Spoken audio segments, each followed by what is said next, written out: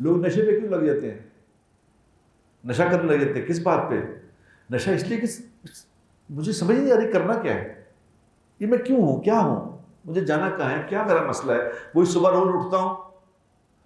उठ के जनाब जल्दी नाश्ता कराएं जी, नाश्ता कराएं, नाश्ता करके बाथरूम गया, नहाया नहाया, तैयार हुआ, चलो जी काम पे जाना है।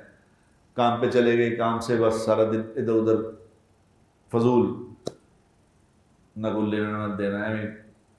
इससे मिल उससे मिल, इधर झूठ बोल, इससे ये कर उससे वो कर, आगे शाम को घर आ गए, हाँ जी क्या करें जी, चलो जी खाना भी,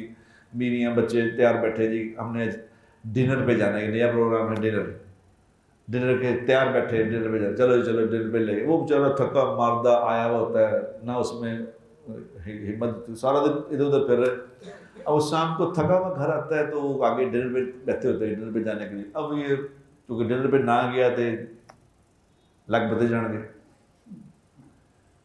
चलो जी डिनर पे कहीं ला गए, डिनर पे जाके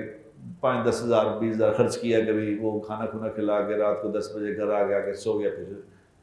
वो ये जब ये रूटीन चलती रहती है कुछ दिनों बाद आदमी को डिप्रेशन, ये क्या है, ये क्या हो रहा है,